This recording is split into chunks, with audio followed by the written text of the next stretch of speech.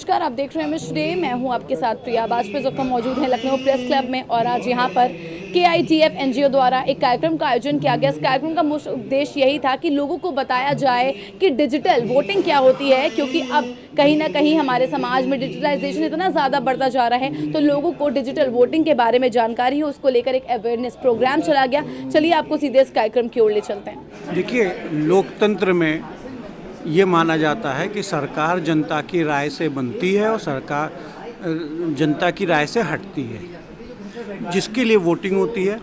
कभी direct election होता है, कभी इनडायरेक्ट इलेक्शन, वो एक अलग पद्धति है। लेकिन जब सरकार कोई कार्य करती है तो ज़रूरी नहीं है कि उस राय से सभी वोटर जिसने सरकार के पक्ष में दिया है वो उसके समर्थक हों, या जिन्होंने नहीं वोटिंग की है वो उस राय से समर्थन में न हो, विरोध में हो।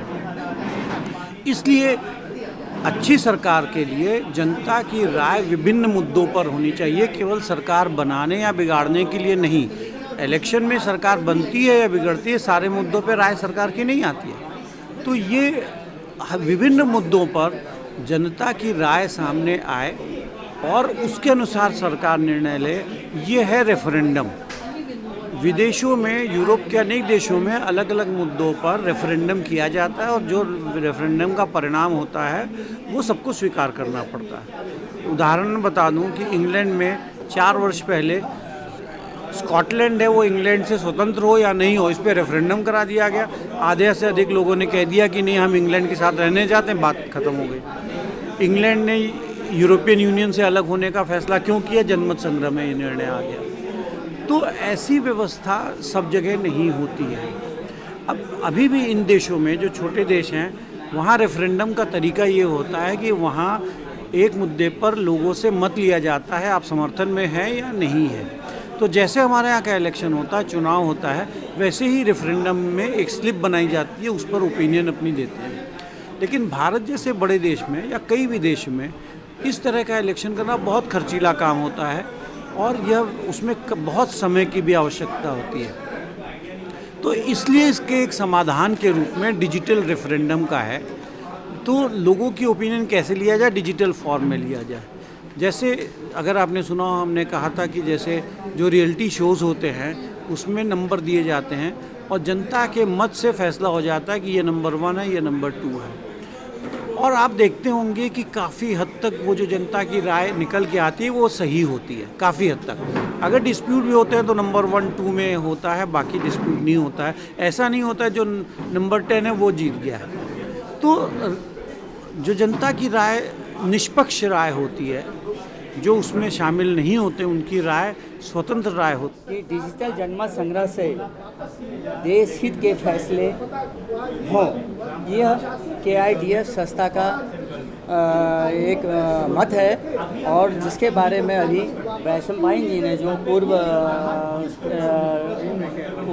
कुल सचिव रह चुके हैं, उन्होंने भी, और मनीष जी ने भी, जो पेशे से चार्टर अकाउंटेंट हैं और इस संस्था के डायरेक्टर जनरल हैं, उन्होंने अपने विचार अभी पूर्व में व्यक्त किए हैं। हमारा मतलब, इसका मुख्य उद्देश्य ये है कि हम किस तरह से कुछ मुद्दों पर, जो मुद्दे पब्लिक में उठाए जाते हैं और उनका विरोध होता है, कई बिल पास नहीं हो पाते हैं, लेकिन पब्लिक की जो साइलेंट पब्लिक है, यानी जिनका कहीं पर भी कोई आवाज़ नहीं सुनाई जाती है और जिनके माध्यम से जो निर्णय होते हैं वो उनकी आवाज़ का उसमें महत्व नहीं होता है, उसके लिए ये चाहते हैं कि जनमत उनका भी मत हो। जैसे रियलिटी शोज में होता है आजकल कि रियलिटी शोज में परफॉर्मेंस देते हैं और उसके बाद उनको देखते हुए, घर में लोग टीवी में भी देखते हैं, कोई किसी माध्यम से देखता है, उसके बाद वह अपने बुद्धि से यह तय करता है कि कौन बेस्ट परफॉर्मर है, तो उसको वह मत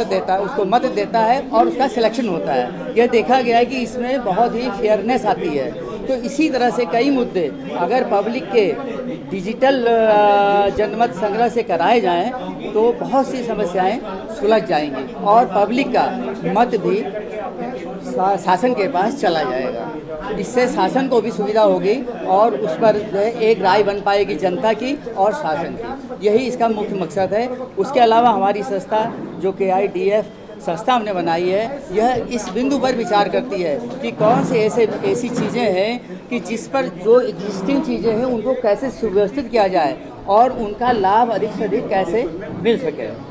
देखिए, हम ये बताना चाह रहे हैं कि नंबर 1 हम एक हमारा डिजिटल जनमत, digital referendum, voice of the silent majority, एक बहुत सारी जनता है जो सबका अपना एक व्यू पॉइंट है। इसका बेस्ट एग्जांपल, मैं एग्जांपल से इस चीज़ को क्लियर करता हूँ। फार्मर बिल था, पूरे लेजिस्लेटर ने एक कॉन्स्टिट्यूशन तरीके से वो पारित हुआ, उसके बाद कुछ लोगों ने उसको अपोज किया, सुप्रीम कोर्ट की कमेटी आई, रिपील हुआ वो बिल, और जब बाद में कमेटी की रिपोर्ट्स आई तो उसने कहा कि 86% फार्मर देश भर के इस पर्टिकुलर बिल के फेवर में थे, मात्र 14% लोग इसके अगेंस्ट हैं। क्या वो इसका जो हमने रिवर्स किया, क्या ये 86% के अगेंस्ट की बात नहीं हो रही है? उनकी बात कहाँ सुनी गई? हमारा जो जनतंत्र है वो तो बेसिकली नंबर्स में तो बिलीव करता है ना, कि जिसकी संख्या ज़्यादा उसकी बात सुनी जाएगी। तो क्या ये हमारे कॉन्स्टिट्यूशन के अगेंस्ट नहीं हो रहा है ये, जहाँ पे कुछ लोग जो है किसी भी बात को लेके आज की तारीख में, अगर आज कहीं पे भी दिल्ली में चले जाइए, 10,000 लोग भी चले जाएं, आप पूरी दिल्ली को जाम कर सकते हैं। हमने सीए में देखा, हम अग्निवीर में देख रहे हैं जहाँ पे हज़ारों करोड़ की प्रॉपर्टी डिस्ट्रॉय हो रही है। ये नहीं कि हम कह रहे हैं कि वो सही या गलत है, इशू ये नहीं है। जब पूछा गया तो आपने भी देखा कि हार्डली किसी को आइडिया भी था कि अग्निवीर है क्या, राइट? तो आज कहीं ना कहीं जब गवर्नमेंट कोई डिसीजन लेती है, वो सोचती है, अब उसको भी अब सोचना पड़ता है कि मैं डिसीजन जो लूँ, क्या मैं इसको इम्प्लीमेंट कर सक पाऊँगी अगर इतना विरोध होगा तो अगर ये डिजिटल जनमत होता है तो उससे क्या होगा, उनको भी सशक्ता आएगी। आज एक डेमोक्रेटिक प्रक्रिया को आपकी को सशक्ता आएगी, और इसके लिए बहुत कुछ करना नहीं है।